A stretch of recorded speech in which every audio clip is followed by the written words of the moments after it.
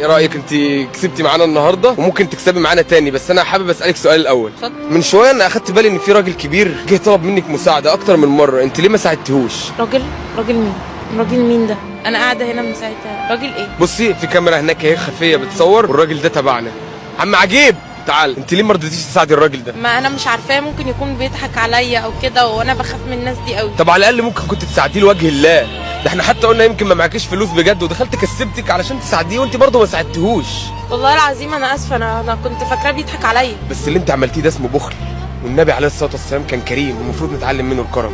انا مش هاخد منك الفلوس اللي اديتها لك، بس وعديني ان لو حد طلب منك حاجه بعد كده تساعديه. حاضر. عندك مانع نعرض اللي احنا صورناه ده؟ بس ممكن ما بانش. مش حابه ان انت تباني حاسه ان انت عملتي حاجه غلط؟ ايوه، مش عايزه ابان. خلاص اوعدك وشك مش هيبان معايا. تعالى يا عم عاجبك.